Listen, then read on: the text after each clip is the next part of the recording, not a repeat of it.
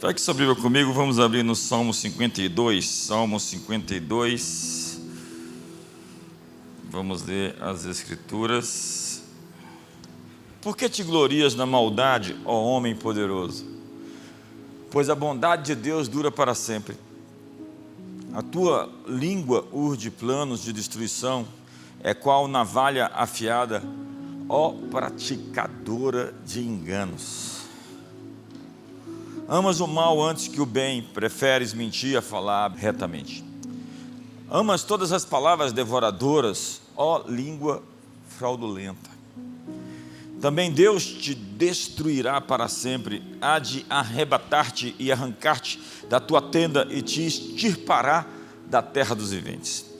Os justos hão de ver tudo isso, temerão e se rirão dele, dizendo: eis o homem que não fazia de Deus a sua fortaleza, antes confiava na abundância dos seus próprios bens e na sua perversidade se fortalecia. Quanto a mim, porém, sou como a oliveira verdejante na casa de Deus, confio na misericórdia de Deus para todo sempre, dar-te-ei graças para sempre, porque assim o fizeste.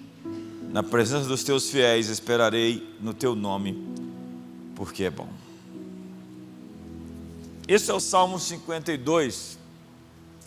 A versão da Passion traz o seguinte título: O destino dos cínicos. Um cântico de instrução do rei Davi, composto quando Doeg, o edomita, traiu Davi para Saul, dizendo: Davi chegou à casa de Aimeleque. Os eventos que motivaram esse capítulo, o capítulo 52 de Salmos, estão registrados em 1 Samuel capítulo 21 e 22. Davi havia ido à casa, ao tabernáculo onde estavam os sacerdotes em Nob, e Doeg informou Saul sobre a presença de Davi no tabernáculo de Deus e sobre a ajuda que o sacerdote Aimeleque tinha oferecido a Davi. Saul ordenou que Doeg matasse os sacerdotes e outros presentes no tabernáculo. Então diz a Bíblia, vamos ler as Escrituras mais uma vez. Como eu disse, a sua leitura está atrasada, precisamos atualizar a sua leitura bíblica. Vamos ler um pedaço pequeno aqui do texto de 1 Samuel. Então respondeu Doeg, para você se contextualizar, ok? O edomita, veja a classificação, o edomita, que também estava com os servos de Saul, e disse, Doeg disse: vi o filho de Jessé chegar a Nob, e Aimeleque, filho de Aitube, e como Aimeleque, a pedido dele, consultou o Senhor, ele fez provisões e lhe deu a espada de Golias, o filisteu. Então o rei mandou chamar Aimeleque, sacerdote, filho de Aitube, e toda a casa de seu pai, a saber, os sacerdotes que estavam em Nob. Todos eles vieram ao rei. Disse Saul: ouve, peço-te, filho de Aitube. Este respondeu: eis-me aqui, meu senhor. Então lhe disse Saul: por que conspiraste contra mim, tu e o filho de Jessé? Pois lhe deste pão e espada, e consultaste a favor dele a Deus, para que se levantassem contra mim e me armasse ciladas, como hoje se vê. Respondeu Aimeleque ao rei e disse: e quem entre todos os teus servos há tão fiel como Davi, o genro do rei, chefe da tua guarda pessoal e honrado na tua casa?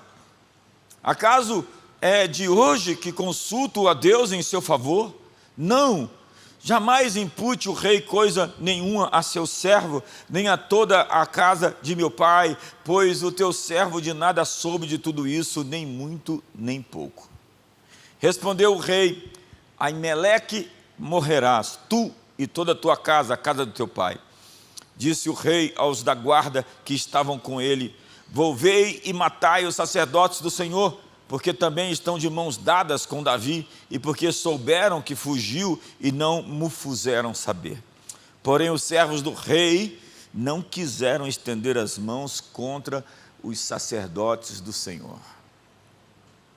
Então disse o rei a Doeg: volve-te e arremete contra os sacerdotes.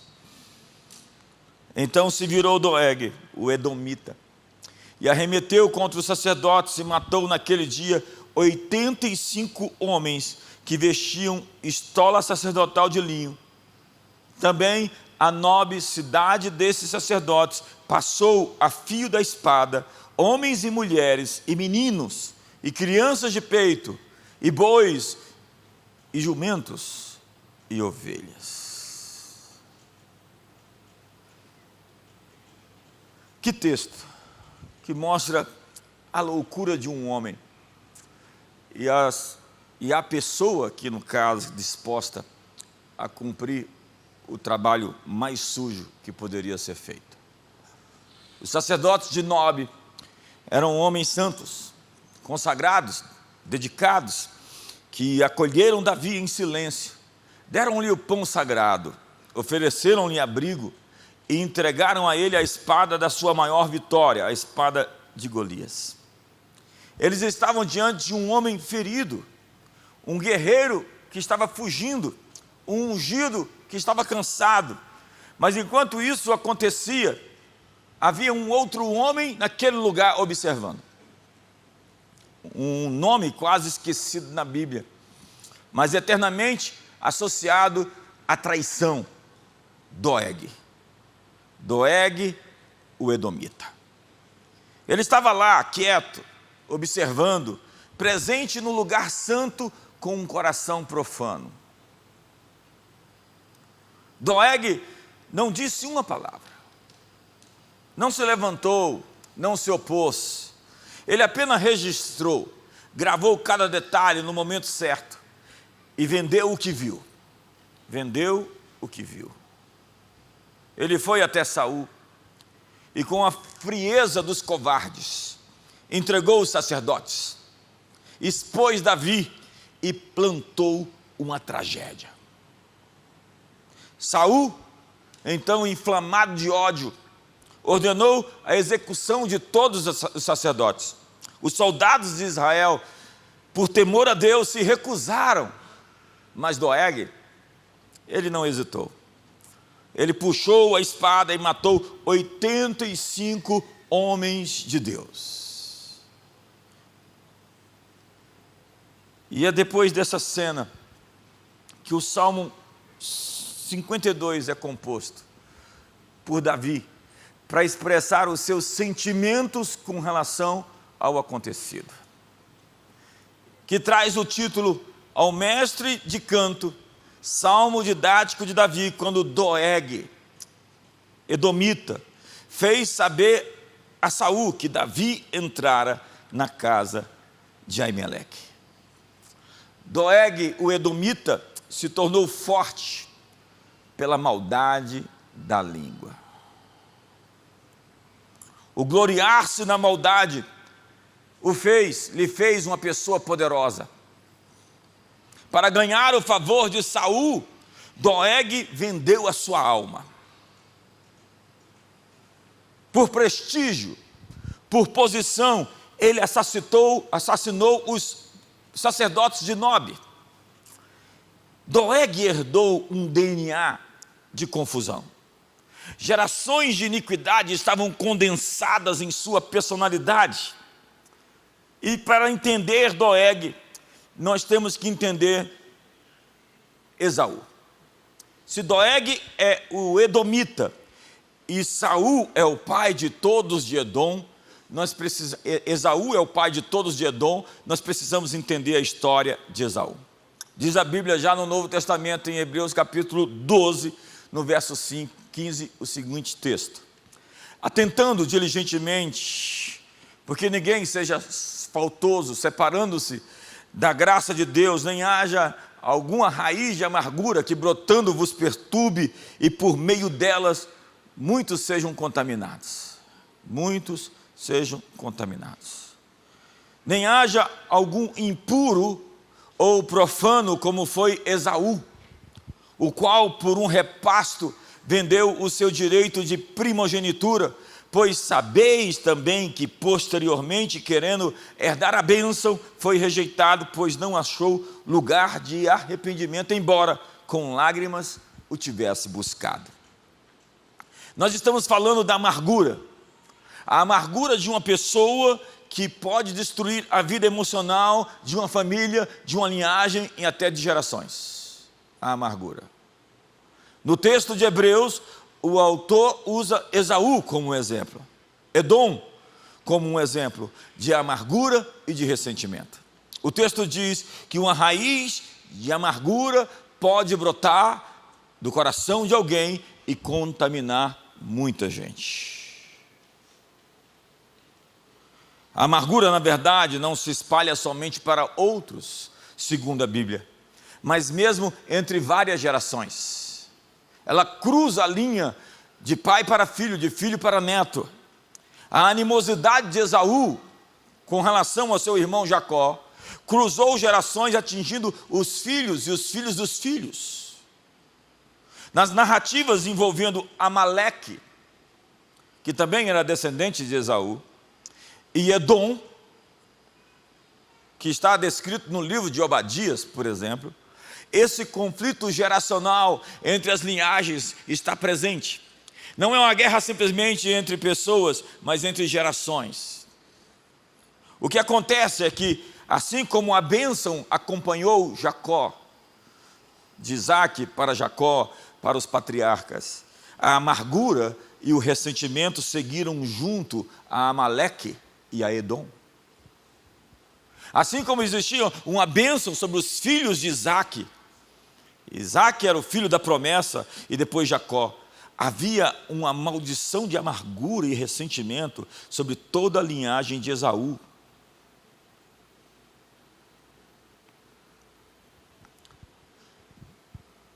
Se a promessa pode seguir uma linhagem, a maldição também. A ira de Esaú contra Jacó, seu irmão, se tornou uma raiva não resolvida que se manifestou num futuro distante. A amargura de Esaú foi transmitida aos seus filhos, que por sua vez transmitiram aos netos, resultando em uma nação inteira envenenada pela amargura. Você já viu alguém amargo? A amargura é a hemorragia da alma, é alguém sangrando de ódio, de raiva, de inveja, de ciúmes.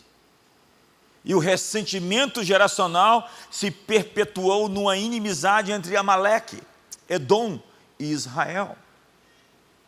O ataque dos amalequitas, descrito lá em Êxodo capítulo 17, e você que conhece a Bíblia sabe do que eu estou falando, era um reflexo de um conflito não resolvido que trazia um profundo desejo de vingança, de retribuição. Esaú falhou e tentou colocar a culpa em alguém. E o livro de Obadias condena Edom, que era descendência de Esaú, por sua arrogância, seu júbilo e julgamento diante da aflição de Israel. A condenação profética de Obadias contra os edomitas se deu pela recusa de reconciliação, a recusa de perdoar. E a traição de Edom a Israel, descrita pelo profeta Obadias, indica como mágoas históricas não resolvidas podem se tornar uma bomba relógio a longo prazo. Problemas não resolvidos se tornam guerras, disputas. E a amargura transmitida de geração em geração se tornou uma fortaleza espiritual, um ressentimento persistente. E no momento que teve a chance, Edom investiu fortemente contra Israel. E Deus disse: eu não gostei do que você fez, Edom, porque você celebrou a ruína do teu irmão. Vamos ler o texto. Visão de Obadias. Assim diz o Senhor Deus a respeito de Edom: temos ouvido as novas do Senhor, e às nações foi enviado um mensageiro que disse: levantai-vos e levantemo-nos contra Edom, para a guerra. Eis que te fiz pequeno entre as nações, tu és muito desprezado. A soberba do teu coração te enganou. Ó tu que habitas nas fendas das rochas, na alta morada, e dizes no teu coração, quem me deitará por terra? Agora veja que texto pesado. Se te remontares como águia e puseres o teu ninho entre as estrelas, eu vou te derribar de lá, diz o Senhor. Não importa quão grande seja a sua segurança e o seu poder, você pode parecer forte, ó língua fraudulenta e mentirosa, mas eu vou te derribar de lá. Verso 5. Se viessem a ti ladrões ou roubadores de noite, como está destruído, não furtariam só o que lhes bastasse? Se a ti viessem os vindimadores, não deixariam pelo menos alguns cachos? Como foram rebuscados os bens de Esaú? Como foram esquadrinhados os seus tesouros escondidos?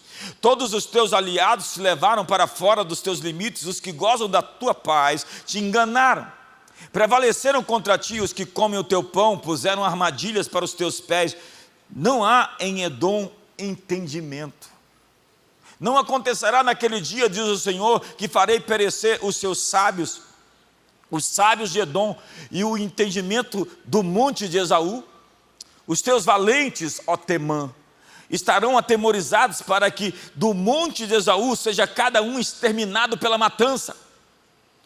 Por quê? Por causa da violência feita a teu irmão Jacó. É por isso, cobrir-te-á a vergonha e serás exterminado para sempre.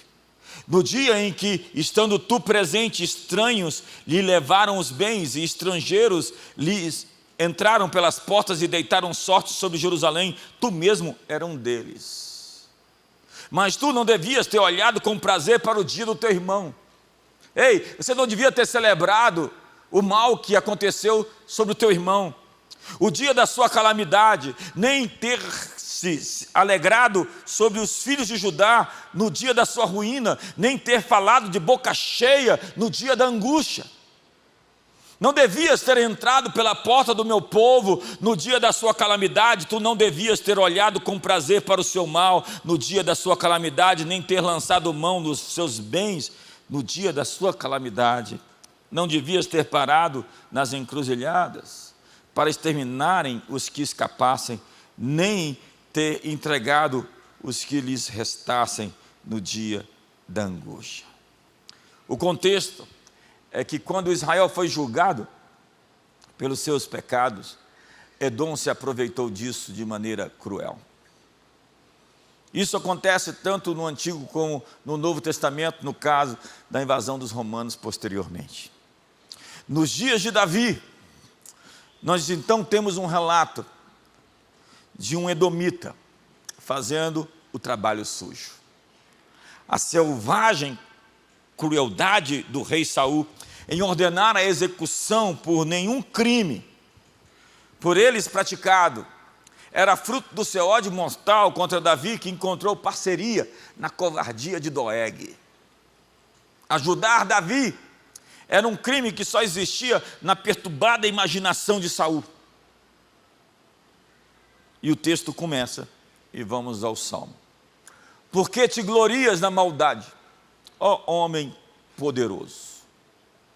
E o texto muda radicalmente, pois a bondade de Deus dura para sempre. Encontramos Davi falando a si mesmo. Ele costuma sempre falar consigo. Se você não tem um profeta que te diga a palavra de Deus, você tem que dizer a palavra para você. E é isso que Davi está fazendo continuamente no Salmo, animando a sua alma com divinas consolações e desafiando os seus inimigos com a audácia da conduta deles, emparedando-os perante Deus. Davi começa acusando a Doeg, com o agravo da sua culpa, o vangloriar-se do poder que havia adquirido através de um ato de consumada vilania.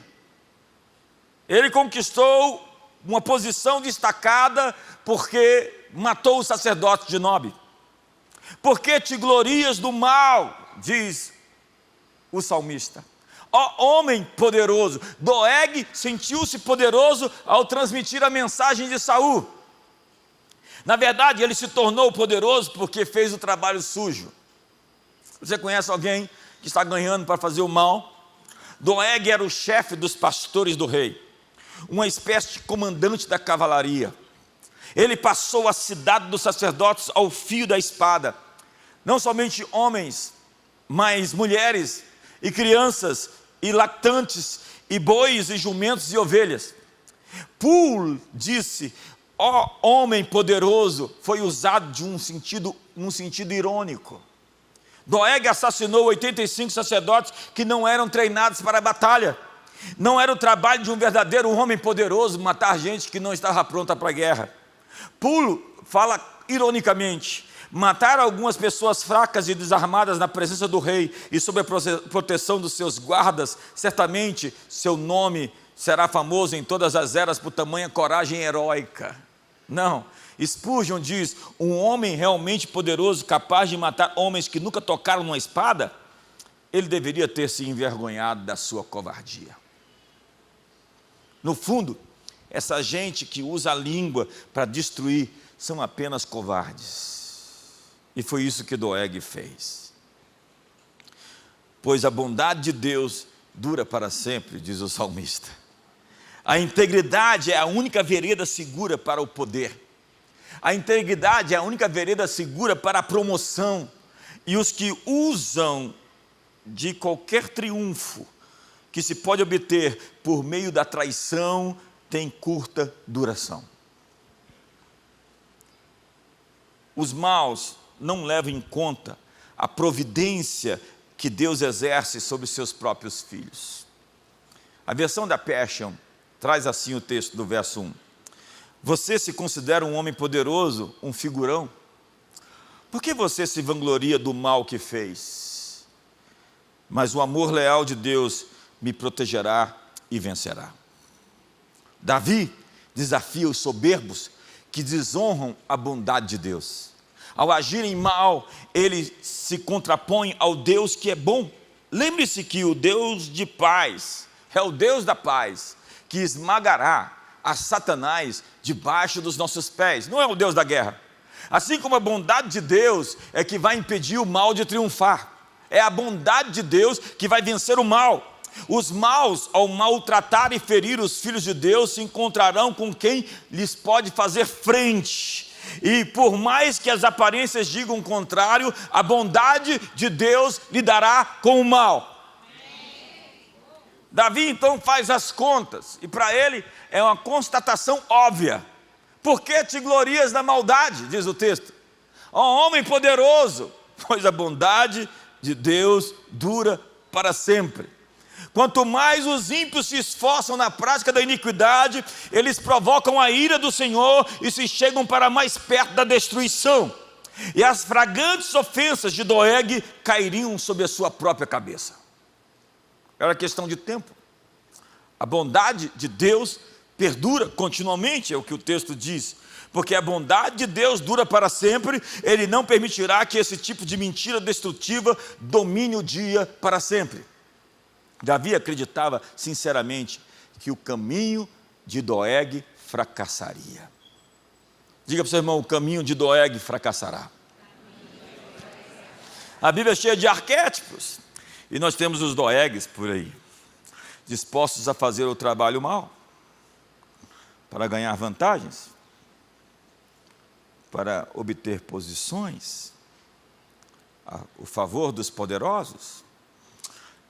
Mas a bondade de Deus superaria a sua maldade. Naquele momento, na história, Doeg era um homem poderoso. Ele tinha influência, ele tinha poder, ele tinha favor. Mas a bondade de Deus, sem fim, iria resolver isso. Davi usou a palavra El para se referir a Deus, em vez do termo mais comum, Elohim. El enfatiza a força e o poder de Deus. Ele menciona que a bondade de Deus é mais forte do que a maldade das pessoas. E Doeg, o falso herói, veria a ruína da sua fortuna. Há muitas pessoas, assim como Doeg, cujo poder está na maldade da língua, cuja força está na bravata, na ameaça, na calúnia, cujo poder está na revelação de fatos que não aconteceram. É o poder do mal, de caluniar, de difamar, de destruir reputações. Esse homem se faz poderoso pela língua que usa como uma espada, diz o texto. E daí seguimos para o verso 2. A tua língua urde planos de destruição, é qual navalha afiada, ó praticadora de enganos. Praticadora é alguém com exercício comum, constante, frequente de enganar. Davi menciona a destruição que resultou do que Doeg disse. Foi Doeg quem provocou o rei Saul para matar os sacerdotes. O rei é louco, mas Doeg é o agente que fez isso acontecer. A tua língua planeja a destruição. McLaren diz, o salmista está rastreando as ações até a sua fonte. O apóstolo Tiago faz da língua e do seu poder terrível como um mal que brota de uma natureza maligna. Tiago 3 vai falar sobre a língua. E havia um coração, uma mente e uma vida malignos direcionando aquela língua a agir ferinamente e ardilosamente. Doeg não estava sozinho. No seriado de Davi, lá da Amazon Prime, aparece o arquétipo, a figura do Doeg. Quem assistiu? Quantos lembram disso? É talvez um dos personagens mais emblemáticos e mais bem apresentados naquela série, porque ele realmente tem uma cara de gente endemoniada. Ele não estava sozinho. Nós temos aqui então, nesse texto, uma retórica afiada, imersa em falsidades, calúnias e mentiras. Alguém que fala bem e fala com mentira. Alguém com a língua afiada, mas cheia de falsidade, de calúnia. Davi compara a língua a uma navalha bem amolada. E adiciona a isso o dolo, a fraude, o engano dos maus. É Poole quem comenta que é como um homem fingindo apenas raspar o cabelo e de repente, inesperadamente, corta a garganta do sujeito.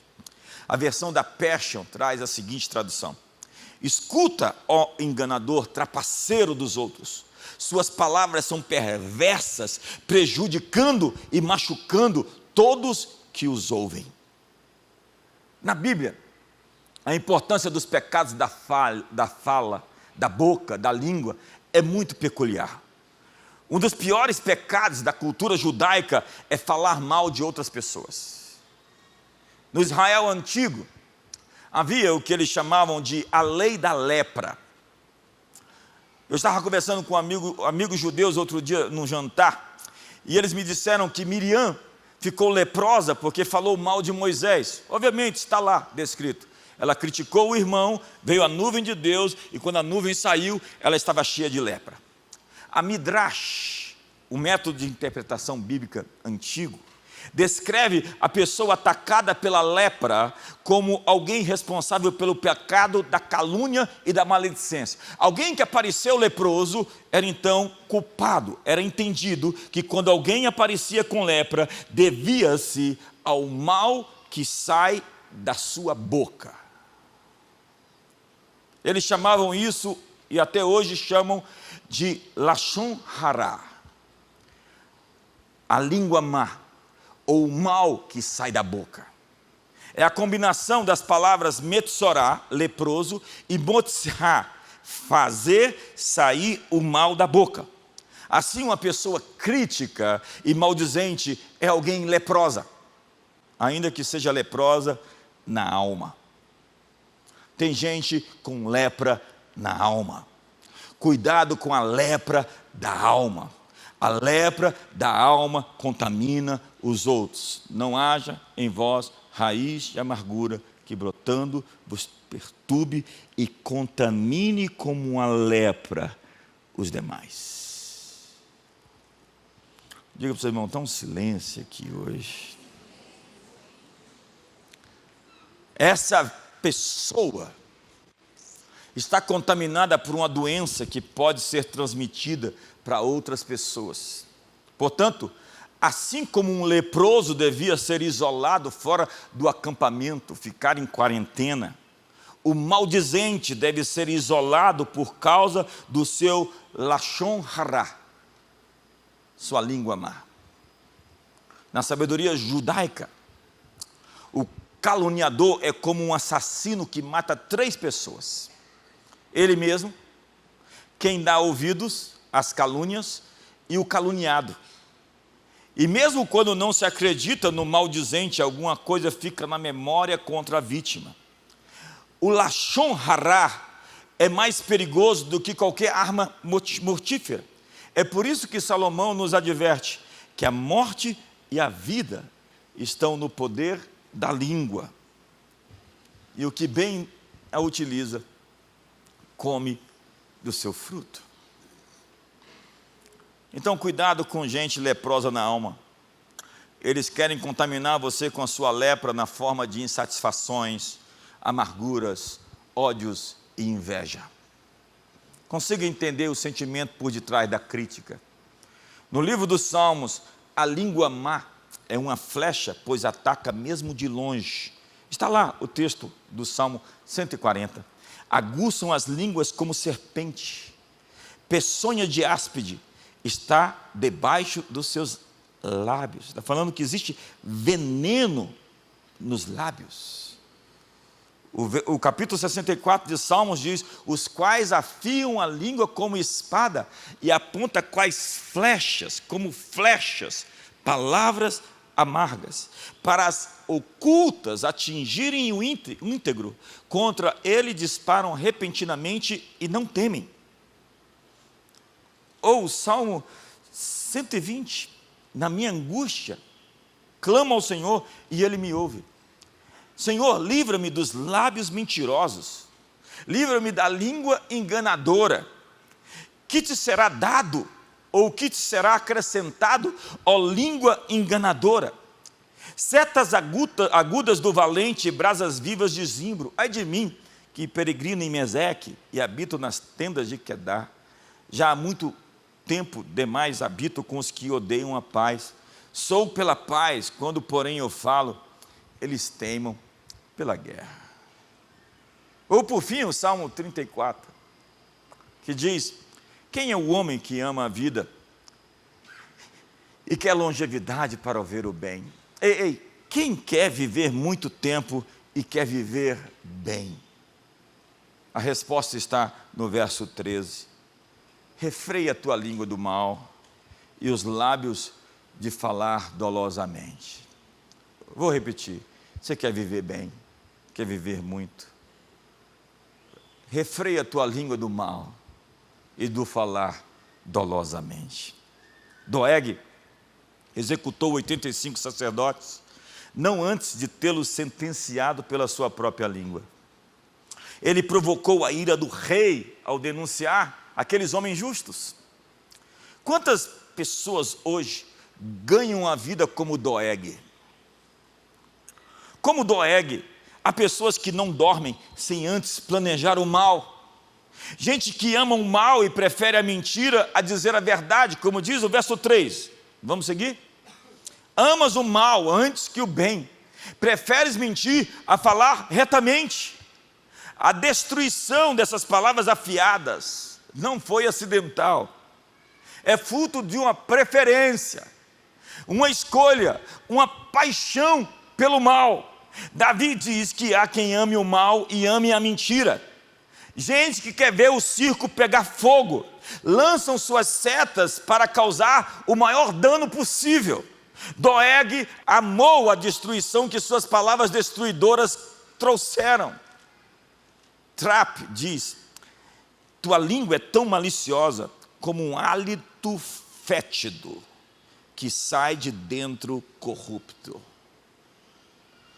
Você pode não ter mau hálito no sentido físico, tangível, mas as palavras da boca de muita gente fede, cheira muito mal. Dê um sorriso para o irmão do seu lado. Fala, está ruim, mas vai melhorar.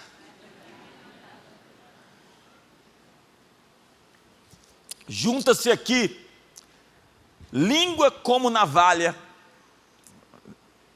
mentiras, amor pelo mal, e agora a expressão palavras devoradoras. Que expressão forte. Palavras devoradoras. Verso 4.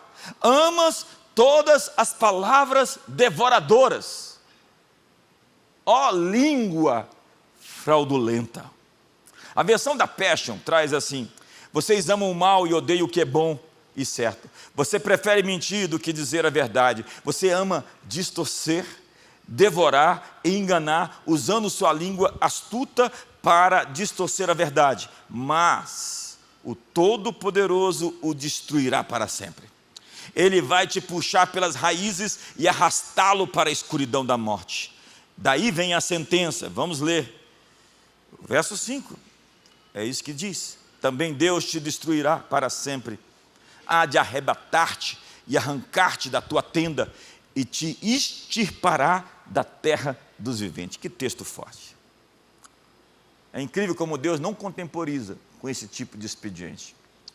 O bispo Horn diz que a força dos verbos presentes no original hebraico é muito mais pesada, porque comunicam expressões intensas, como jazer prostrado, dissolver-se pelo fogo, remover com uma vassoura, extirpar rente a raiz e o galho como uma árvore erradicada do local que nasceu. A expressão te arrebatarei é como alguém tirar o fogo de uma lareira. Remove os carvões acesos ou o fogo de um lugar para outro com uma tenaz. A expressão deve ser entendida como excomunhão. E essa era a palavra mais temida de tempos outrora. Excomunhão é tirar alguém do reino de Deus. Excomunhão é tirar alguém do relacionamento com o corpo de Cristo. Excomunhão é enviar alguém para o inferno. Então Doeg, da sua alta posição, seria arrancado e tirado do lugar da habitação de Deus. A paráfrase é: Doeg seria expulso do tabernáculo, do lugar da presença de Deus. Veja que Doeg descreve o que aconteceu quando Davi foi alimentado com os pães da proposição pelo sacerdote Aimeleque, e descreveu todos os fatos, porque ele estava presente no templo. Ele estava no lugar da adoração, ele estava no lugar da presença de Deus. E Davi está dizendo: também Deus te destruirá. Há de arrebatar-te e arrancar-te da tua tenda e te extirpará da terra dos viventes. Doeg, os edomitas e todos os que usam de engano serão destruídos. Van Gemeren diz que os verbos expressam um desejo: que Deus te derrube, que Deus te arrebate, que Ele te desenraize. E Davi usa 4 imagens vívidas de julgamento contra os homens perversos, como Doeg. Os ímpios, em primeiro lugar, serão demolidos, destruirão vocês. Os ímpios serão arrebatados como brasa do fogo, os levarão embora. Os ímpios terão sua morada tirada, extrairão vocês do lugar da sua habitação. Os ímpios serão arrancados como uma árvore. Removerão você do lugar da presença, removerão do tabernáculo. O fruto ruim que ele produziu trará a maldição de Deus sobre a árvore. O fruto amaldiçoa a árvore. Ela não apenas murchará ou morrerá, ela será arrancada pelas raízes. McLaren diz: ele é agarrado como uma brasa no fogo, com tenazes o arrastando, como se estivesse em um punho de ferro para fora do meio da sua habitação. E a paráfrase de Trapp diz: assim como destruísse os sacerdotes do Senhor e toda a cidade, arrasando-a, assediando-a como Deus, assim Deus te demolirá e destruirá completamente como uma casa derrubada ao chão, de modo que não ficará pedra sobre pedra. Eu vou repetir o texto de Obadias. A soberba do teu coração te enganou, ó tu que habitas nas fendas das rochas. Na tua alta morada, e dizes no teu coração: quem me deitará por terra? E Deus responde: se te remontares como águia e puseres o teu ninho entre as estrelas, de lá te derribarei, diz o Senhor. Porque na maldade se fortaleceu. Vou repetir: na maldade se tornou forte. Porque suas bases são demoníacas. Porque seu fundamento foi comprometido e suas edificações não permanecerão de pé. E tudo será um testemunho, diz o verso 6.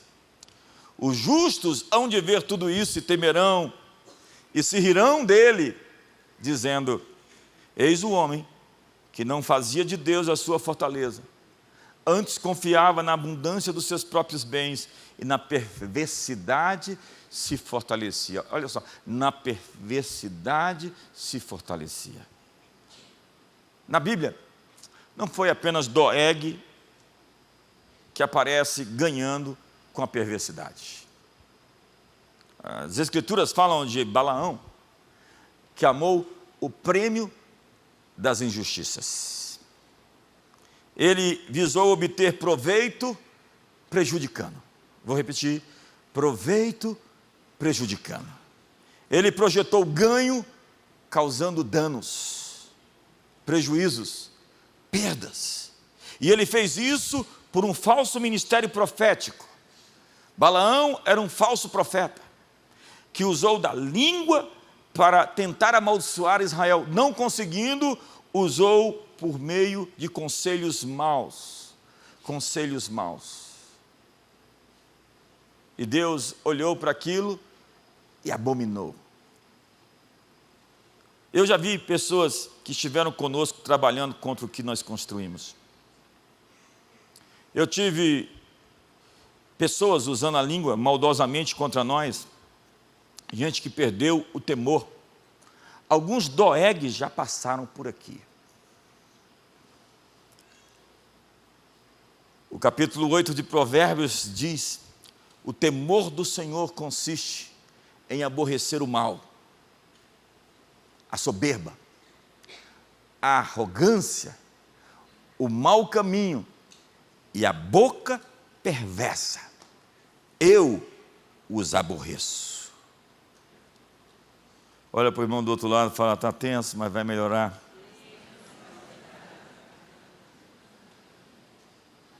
Aí vem a resposta de Deus. E a versão da Passion traduz: os piedosos verão tudo isso e ficarão maravilhados. Eles rirão dos ímpios, dizendo: vejam o que acontece com aqueles que são grandes aos seus próprios olhos, que não confiam no Altíssimo para salvá-los. Veja como eles confiaram apenas em suas riquezas e ganhavam a vida com a maldade. Eu vou repetir essa frase: ganhavam a vida com a maldade. Eu vou repetir de novo: ganhavam a vida com a maldade. Isso não pode ficar de pé. Davi apresenta o espetáculo, então, da divina retribuição, da divina justiça, e diz que todos nós vamos testemunhar isso, que é a prova do amor, do cuidado de Deus para com o seu povo. Davi diz: os justos veriam isso e sentiriam reverência, respeito, deferência, adoração. Quando a soberba dos ímpios é punida, é para o próprio conforto do povo de Deus. Deus vem em defesa da causa dos justos e se une a eles na batalha contra seus adversários, que se enchem da mais triunfante alegria. Somos levados então a reverenciá-lo ainda mais quando vemos que ele é o vingador da crueldade e da injustiça. Deus é o vingador da crueldade e da injustiça. É por isso que você não tem que se justificar, é por isso que você não tem que querer se vingar, é por isso que você não tem que dar resposta. Você tem que simplesmente entregar na mão de Deus, perdoando e permitindo que Ele entre na causa e seja o vingador e o juiz da causa.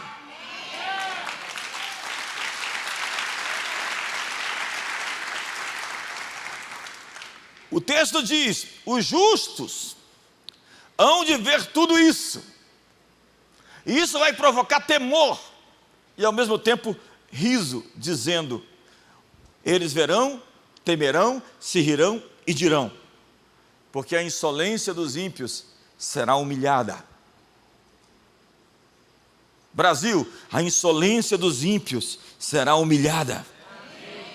Nós veremos o fim de todos quantos desprezam o Senhor, aqueles que não fizeram de Deus sua fortaleza e confiaram na abundância das suas riquezas, pois ninguém pode sinceramente repousar em Deus, senão aquele que se esvazia da confiança em seus próprios recursos. Afinal de contas, nada temos que dos céus não nos seja dado. A terra foi Ele quem deu, a semente para plantar também foi Ele, o sol, a chuva, a força para o trabalho, não existe nada que você, o oxigênio para respirar. Entenda, enquanto crermos que possuímos algo propriamente nosso, no qual podemos nos vangloriar, nós jamais honraremos a Deus por todas as suas dádivas e todos os seus presentes. Na tradução desse versículo lê-se que o homem que confia nas suas riquezas defrauda a Deus da sua justa glória. É o livro de Lucas, capítulo 12, louco, essa noite pedirão a tua alma, e o que tu tens preparado, para quem será? Você acha que levará alguma coisa dessa vida? Pergunte ao coveiro, se alguém levou consigo. Os justos também o verão, temerão e rirão. Quando o julgamento chegar, o povo de Deus notará, e isso os fará honrar e reverenciar a Deus, porque o julgamento é pedagógico. Sabe, não acontece de repente, você foi ali, adulterou, saiu do motel e caiu uma pedra sobre a sua cabeça e te matou. Não, não é assim, repentino, não é de repente, não é de uma vez, mas isso se torna um julgamento a longo prazo, que vai se tornar pedagógico para que os outros aprendam, mas o ímpio não vai aprender. Alguém disse que tem gente que aprende com os erros dos outros, e tem gente que nunca aprende. Charles Spurgeon diz que sobre a expressão rirão dele, declara: se não com alegria justa, pelo menos com solene desprezo. Este é aquele riso profundo que se assemelha mais à solenidade do que à alegria. Rir-se-iam de sua destruição, não na forma de insultá-los, mas regozijando-se mais e mais na confiança de que o socorro divino chegou. O alívio. McLaren declara: é fácil para aqueles que nunca viveram sob uma tirania opressora e ímpia reprovar a exultação dos oprimidos pela destruição dos seus opressores. Se os críticos tivessem visto seus irmãos sendo erguidos como tochas para iluminar os jardins de Nero, talvez tivessem conhecido alguma emoção de alegria justa quando souberam de que Nero estava morto. O texto que descreve a queda de Lúcifer na Bíblia termina de maneira magistral, para não dizer espantosa. Veja, esse texto é atribuído ao querubim da guarda, a estrela da manhã, Lúcifer. Como caíste do céu, ó estrela da manhã, filho da alva é Lúcifer. Como fostes lançado por terra, tu que debilitavas as nações. Tu dizias no teu coração: eu subirei ao céu, acima das estrelas de Deus, exaltarei o meu trono, e no monte da congregação me assentarei nas extremidades do norte. Subirei acima das mais altas nuvens e serei semelhante ao Altíssimo. Contudo, serás precipitado para o reino dos mortos, no mais profundo abismo. Os que te virem, te contemplarão, hão de fitar-te e dizer-te: é você mesmo. É este o homem que fazia estremecer a terra e os seus reinos? Que punha o mundo como um deserto e assolava as suas cidades? Que a seus cativos não deixava ir para casa? As pessoas vão se assombrar: é você mesmo? Segundo as Escrituras, ele foi reduzido ao pó. como um tição tirado do fogo, só restou uma brasa, um carvão consumido pelo fogo. No texto dos Salmos 52, então nós vemos: aqui está o homem que não fez de Deus a sua força. Eis o homem que não fazia de Deus a sua fortaleza, antes confiava na abundância dos seus próprios bens, e na sua perversidade se fortalecia. A confiança em grandes riquezas sempre competiu com a confiança no verdadeiro Deus. Quando não confiamos em Deus, nós temos medo de fazer o que sabemos que é certo ser feito. Quando não confiamos em Deus, nós mentimos para nós mesmos, pegamos atalhos e nos promovemos. O texto diz: confiou na abundância das suas riquezas. E o salmista diz: não confieis naquilo que extorquis. Vai aparecer, irmão, tenha fé. Nem vos vanglorieis na rapina. Se as vossas riquezas prosperam, não ponhais nelas o coração. Riqueza e maldade são companheiras terríveis. Quando combinadas formam um monstro. Spurgeon diz: quando o diabo domina as bolsas de dinheiro, ele é um verdadeiro diabo. Então, senhoras e senhores, que o dinheiro seja um bom servo na sua vida e nunca o seu senhor, nunca o seu dono. Que você não simplesmente faça qualquer coisa por dinheiro, porque qualquer um que serve o dinheiro está servindo a Mamon. Nós servimos a Deus, que é o dono do ouro e da prata e que supre a necessidade dos seus filhos segundo a sua riqueza em glória em Cristo Jesus. E o Senhor é o meu pastor e nada me faltará. Quanto a mim, porém, sou como a oliveira verdejante na casa de Deus, confio na misericórdia de Deus para todo sempre. Sou como oliveira verde. Estar plantado no lugar certo é crítico para ser verde ou ser seco. Sou oliveira verde na casa de Deus. O seu ambiente define o seu crescimento, ou define a ausência de crescimento. Nosso grande desafio na Comunidade das Nações foi criar um teto alto. Uma igreja onde as pessoas pudessem sonhar, pudessem ver o futuro, pudessem ser treinadas em suas habilidades, em seus dons, pudessem ser libertas dos seus demônios. Eis que nós passamos a régua aqui, como fizemos ontem aqui, no nosso momento de alinhamento espiritual, que é uma maneira gentil de dizer culto de libertação. Que a gente não faz isso publicamente, porque a gente não quer expor as pessoas que estão de alguma maneira afetadas pelos demônios, mas fazemos isso de maneira mais secreta, particular, dentro de gabinetes, e numa geral, nós tentamos identificar as pessoas que precisam de ajuda para depois conduzi-las a um ambiente mais apropriado. Nós queremos um ambiente onde as pessoas crescem, e não um ambiente de fofoca, de crítica, porque há alguns lugares que se chama de igreja, que é um pedacinho do inferno. E quando você encontra essa gente como Doeg, com esse hálito fétido, você deve simplesmente se esquivar e procurar o lugar da sua mesa, da sua comunhão, porque definitivamente não é aquele. E naturalmente essas pessoas que vivem essa realidade estão sendo excomungadas da fé, do relacionamento do corpo de Cristo, se tornam haters por aí, críticos lá fora, que querem apontar os defeitos e as falhas. Agora, ora, não existe um ministério perfeito, e no dia que você encontra um ministério perfeito, ele se tornou imperfeito porque você está lá. Dê um sorriso gostoso para você. Eu falei que ia melhorar, fala para ele, eu falei que ia melhorar.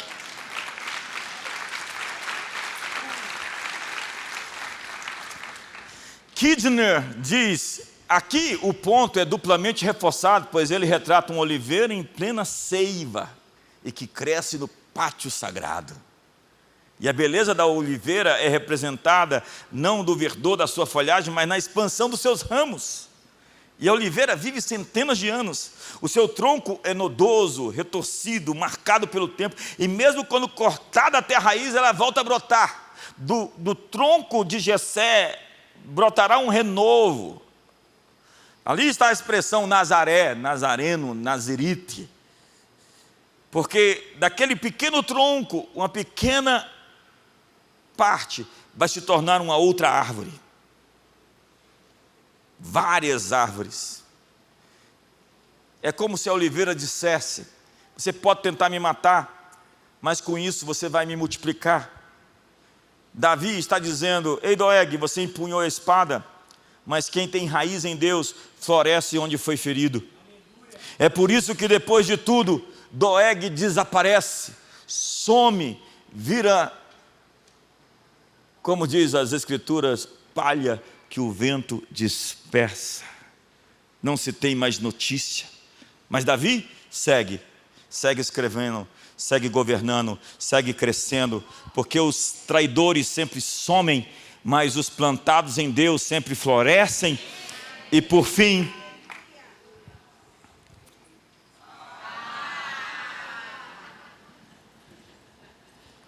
dar-te-ei graças para sempre, porque assim o fizeste. Essa é a melhor parte. Assim o fizeste. Na presença dos teus fiéis, esperarei no teu nome, porque é bom. Eu te louvarei para sempre, porque tu o fizeste. A maldade de Doeg e os seus feitos ainda não haviam desaparecido. Mas Davi podia louvar a Deus com a confiança da fé que lhe permitia dizer: tu o fizeste. Naturalmente, materialmente, circunstancialmente, as coisas não tinham mudado quando ele escreveu esse salmo. Mas ele está dizendo: tu o fizeste. Então ele está profetizando uma profecia autorrealizável. Ele está declarando coisas que para ele já foi para conta. Ele está fazendo afirmações e dizendo: tu o fizeste. Ou seja, tudo isso que eu acabei de descrever é isso que já aconteceu. A língua maligna, destruidora, devoradora, será então sentenciada, e eu, como uma árvore verde, uma oliveira plantada no pátio sagrado, vou florescer. Tu o fizeste. Empurra o seu irmão do seu lado e diga: tu o fizeste. Diga para ele: está consumado. E ele termina dizendo: na presença dos teus fiéis, dos fiéis da terra, o meu prazer está nos leais, nos fiéis da terra. É aquela canção do Asaf Borba: sim, eu quero estar entre aqueles que te amam, entre aqueles que entregam tudo em tuas mãos. Sim, eu quero estar entre aqueles que proclamam teu governo entre todas as nações. Na presença dos teus fiéis, esperarei no teu nome, porque é bom. Então a maldade do homem não fez Davi perder a confiança em Deus, como alguns aqui ficaram machucados e feridos, decepcionados com Deus, porque não aconteceu no seu tempo ou da forma como você esperaria. Davi pôde presenciar todas essas injustiças de Saul, de Doeg, mas ele não perdeu a ternura, a doçura e a confiança, e na verdade de que o nome de Deus é bom. Seu caráter e todo o seu ser é bom. E ele diz: esperarei em teu nome. Ele diz: estou em campana, esperando a tua promessa acontecer. Estou esperando o que o Senhor prometeu se realizar. Spurgeon diz: os homens não devem nos perturbar demais. Nossa força é ficarmos quietos. Que os poderosos se gloriem, nós esperaremos no Senhor. E se a pressa deles lhes trouxer honra imediata, nossa paciência chegará em breve e nos trará a honra que excede tudo. É o exercício da esperança com a gratidão esperança mais gratidão. Deus não frustrará a expectativa de seu povo, visto que sua benevolência vencerá tudo o que é mal. Na presença dos teus fiéis, esperarei no teu nome, porque é bom. A versão da Passion traduz: porque está consumado. Eu te louvarei para sempre, te darei graças. Diante de todos os seus amantes piedosos, proclamarei o seu belo nome. Fique de pé.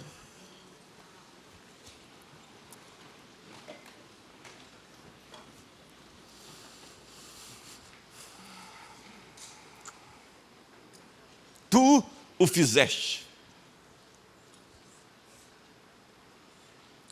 Essa conjugação dos verbos na Bíblia é muito importante.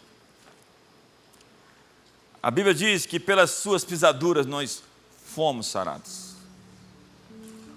É Jesus quem diz diante da figueira: se você disser a esse monte, no texto posterior à figueira, lança-te ao mar, e assim se fará.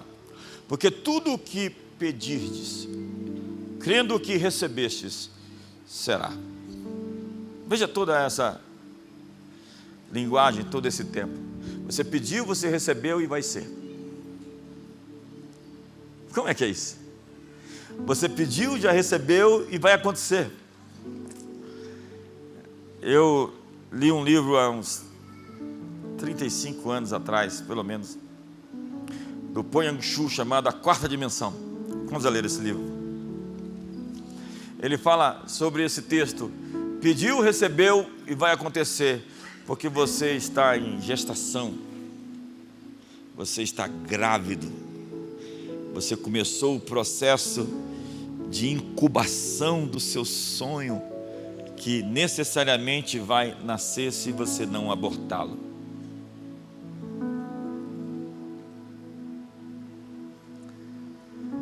Feche seus olhos. Nós estamos aqui diante de duas realidades: a pessoal e a coletiva. As circunstâncias que você enfrenta, parece que se multiplicou o número dos doegues no mundo. Parece que as pessoas perderam o temor de falar.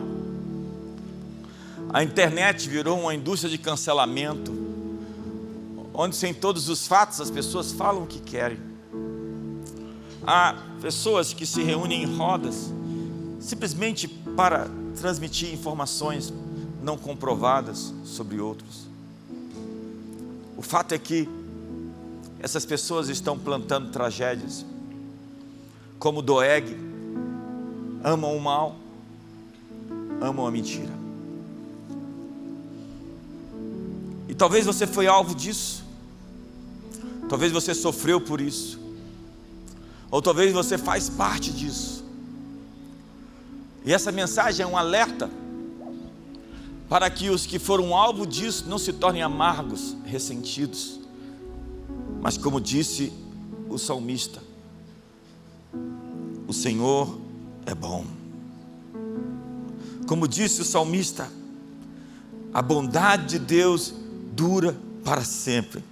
É o contraste entre o homem poderoso que se gloria na maldade por um tempo, com a bondade de Deus que não tem prazo de validade.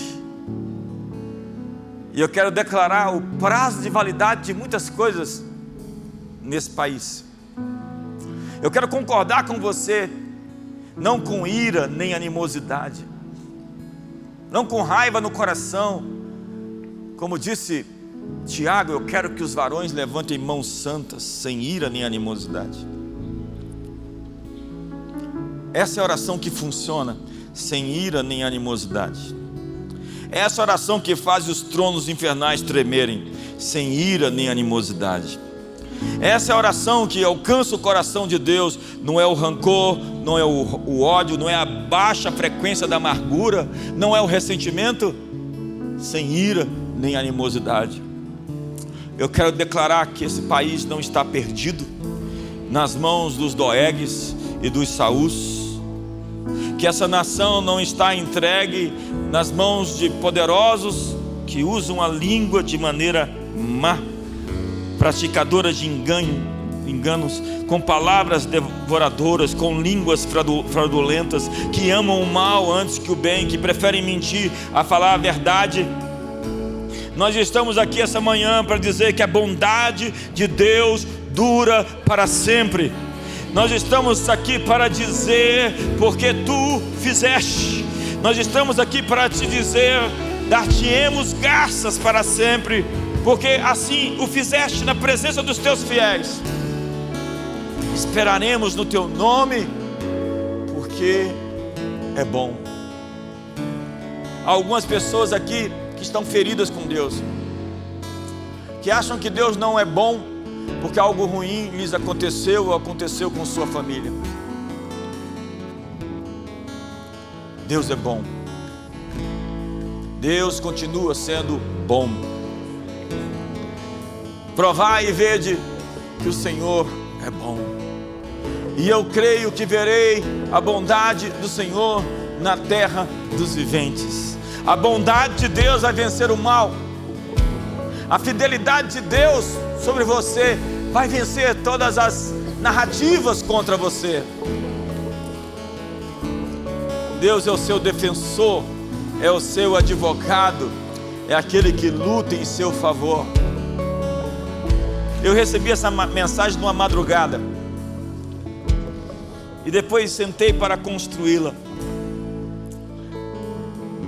Há aqui arquétipos, e arquétipos são personagens que nós podemos assumir os papéis deles na vida.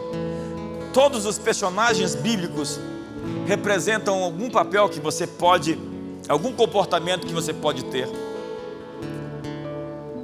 E por mais que nós queremos negar, há muitos Doegues soltos por aí, mas há Davis também, e há Jonatas que defendem o rei, e há os valentes de Davi. E existem aqueles que vão fazer frente às mentiras e aos enganos, aqueles que vão viver para a glória de Deus, aqueles que vão celebrar com fé a vitória da justiça, da verdade, contra todas as mentiras. Levante as suas mãos hoje, sem ira nem animosidade, e ore por você mesmo e pela sua família. E depois, ore pelo Brasil. Pai, hoje nós oramos por cada uma das famílias, daqueles que foram afetados. Quantos sacerdotes de Nob foram mortos pelas malignidades da língua, pelas maldades da boca, pelas palavras devoradoras. Quantas pessoas foram comprometidas em sua fé, perderam sua fé, porque alimentaram mais suas dores, suas feridas. Não haja em vós raiz de amargura que brotando vos perturbe e contamine os demais. Hoje nós liberamos palavras de vida e de vitória sobre o povo de Deus nesse lugar, sobre aqueles que nos assistem na internet, sobre aqueles que estão vivendo dramas pessoais, tragédias pessoais, sobre aqueles que acham que Deus não é bom, ou sobre aqueles que foram feridos e machucados. Nós liberamos o bálsamo de Gileade, nós liberamos a cura aos corações, nós liberamos a restauração sobre mentes e cérebros, sobre emoções, sentimentos, sobre vontades, sobre espíritos, sobre famílias. Hoje nós abençoamos os filhos de Deus e oramos por essa nação brasileira, incrivelmente poderosa, incrivelmente rica, com um povo tão amistoso, um povo tão pacífico, um povo tão amável. E nós levantamos mãos sem ira nem animosidade para dizer: tu o fizeste, porque a bondade de Deus dura para sempre, a maldade não vai prevalecer. Nós dizemos: tu o fizeste, e nós vamos esperar junto aos teus fiéis até que o Senhor faça manifestar a sua glória sobre toda a nação brasileira. Tu o fizeste. Nós estamos com mãos erguidas para que ver Amaleque caindo, para ver Edom sendo destruído, para ver a a justiça e o julgamento de Deus contra os procedimentos dos maus, e a justiça sendo exaltada em toda a terra, a justiça descendo do céu como um orvalho, e a retidão correndo como um rio perene. Abraça o irmão do seu lado, ore com ele, abençoe a vida dele.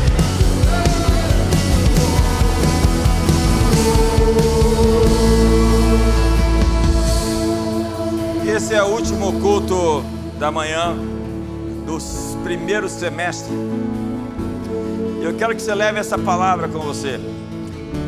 Tu o fizeste. Eu vou esperar na presença dos fiéis o teu nome, porque é bom. Guarde isso consigo, leve isso para o seu segundo semestre, porque o que Deus fez na sua vida vai se manifestar circunstancialmente. A promessa de Deus vai substituir suas circunstâncias. E toda a injustiça plantada está secando como uma árvore que é arrancada. Jesus disse: toda árvore que meu Pai não plantou será arrancada. Vamos todos juntos? Toda árvore que meu Pai não plantou será arrancada. Mais uma vez: toda árvore que meu Pai não plantou será arrancada. Mais uma vez: toda árvore que meu Pai não plantou será arrancada. Dê um grito de júbilo essa manhã. Então espere um incrível tempo. Tu o fizeste, mas a bondade de Deus dura para sempre. A maldade dos homens dura um pequeno tempo, mas a bondade de Deus dura para todo sempre. Então quando você vê a maldade, assistindo a televisão a maldade, você vai fazer uma declaração profética: a bondade de Deus dura para sempre. Quando você vê a injustiça, a bondade de Deus dura para... Quando você ouvir a mentira, quando falarem mal de você, tu o fizeste. Vamos lá, tu o fizeste. Vamos lá, tu o fizeste. Já foi para conta. Deus já fez. Nós não recebemos o Espírito do mundo, recebemos o Espírito de Deus para saber o que nos foi dado gratuitamente por Ele. Ou como disse Efésios 1:3, e com isso termino: Ele nos abençoou com toda sorte de bênçãos espirituais nas regiões celestiais. Você já foi abençoado. Tu o fizeste. Jesus já consumou a sua obra. A herança e o legado de Jesus pertence à sua noiva, à sua igreja. E aqueles que usam da mentira e da maldade serão excomungados, serão arrancados e serão tirados do meio. Como disse o Salmo 1: o ímpio não permanecerá na congregação dos justos. Que o amor de Deus, a graça de Jesus e a comunhão do Espírito Santo seja sobre a sua vida. Uma ótima semana, um incrível segundo semestre de 2025.